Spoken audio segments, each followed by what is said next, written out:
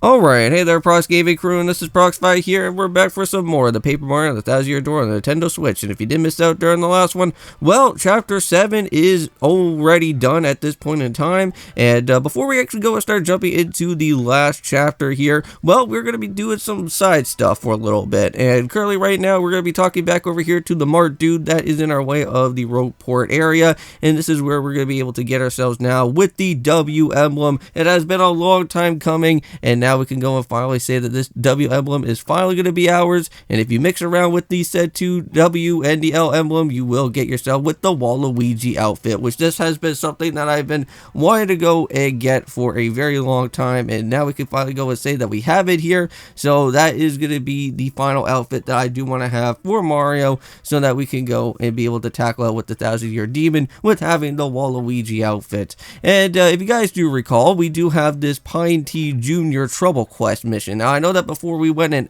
well, I think we accessed this one before, but we couldn't really do anything about with it because I realized that, well, we have the 100 pit trials to go into, and we didn't really have the best amount of HP. Well, now here, finally, within a whole heck of a lot of other chapters since we've been going through, and we've been doing a lot of like level grinding and whatnot, and doing a lot of like other things throughout our way, well, we can finally go and say that yes, the 100 pit trial is going to be happening here for today, since we do have enough amount of HP and FP and even some BP with us. And also as well, we do have some new enemies to get encountered out here, because there is going to be some new enemies within the 100 pit trial that if you're on your way to do some tattling with, you may probably want to make sure that you have Goombella alongside within here for this said part. Now, I will only be going through 50 of the different floors that are going to happen within the 100 pit trial. I am not worrying about going and battling out with Bonetail, because the more times that you go through here in the 100 pit trials, the more hard it's going to literally become. And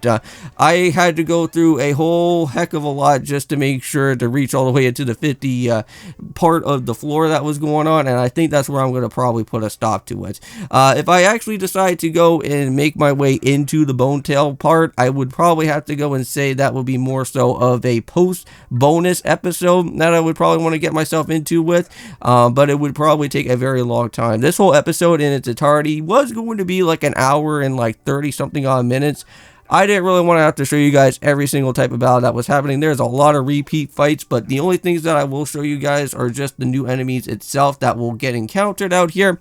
You guys may probably remember some enemies from before. There was some enemies that we have seen back in the glitch pit, and I didn't really go on my way to pick them up right away. Well, that's because that over here in the 100 pit trial, you can actually go and re-meet up with those said enemies that were back over in the glitch pit way, and you can go and battle them here, and we can just be able to go and meet them up and get their tattle logs that we do want. So majority of this type of area, you will be seeing a lot of Gloombas here. There's no type of regular Goombas around within our time, since we are in more of a deeper type of part of this whole Rogueport sewers. Well, you are going to see that there's going to be a lot of these Gloombas making their way. These guys actually do have 7 HP. Again, they're really not all that too bad. They do have like an attack of like 3, so even though that their original counterpart of a said Goomba was like 1, really 3 damage is not all that too scary, but just want to be a little bit careful. And I just love the way of how like Goombella just kind of just gives off their description to some of these type of enemies here. Yeah, because you never really know exactly where those wings have been, where that Gloomba has been having, or the Paragloomba. But yeah, so we just went and found out where Pine T Jr.'s dad is going to be, so we found him here on the 20th floor.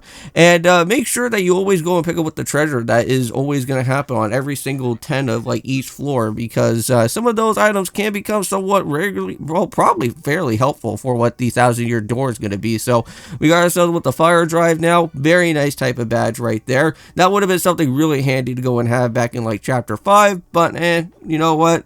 It's nice that we have it here at this moment, because we are going to have to probably be meeting up with some other type of enemies that we may possibly need that for. But let's just go and keep on hanging a little bit more further down the way here, and let's see what else that we can go and find. I'm pretty certain that by now we should be meeting up with the spiky Gloombas here. So yes, so there is like the last of the counterparts here for the said Gloomba species. and we can go and knock them around.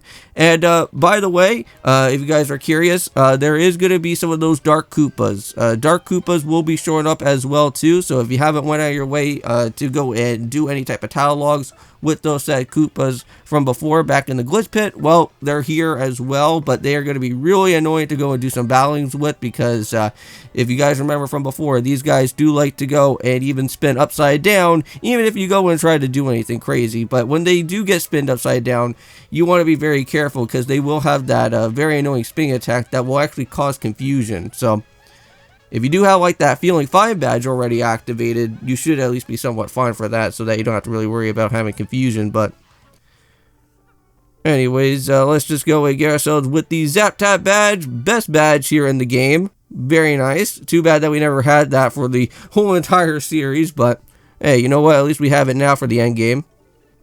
And here is a very strange puny. This is known as the Mover. Basically, this guy is like somewhat of like the Earthbound mice that are like in the game. Normally, they'll just help you escape on out of a certain cave area if you're kind of losing out on HP, or if you need to buy some extra type of stuff. They'll basically send you back into the original route from before. But I don't think you really want to do that. Now we got ourselves with the Pity Flower badge. Now we're pretty much close to the actual main reward that I do want to go and get ourselves with. So yeah, so here's a new enemy right here. I believe I never really got into a tattle mode, I don't think, with a dark Paracoopa before. I know that we have a dark, just a normal dark Koopa, but that's about it. But yes, they are a part of the 100 pit trials, so we're able to just go and tattle alongside with these guys.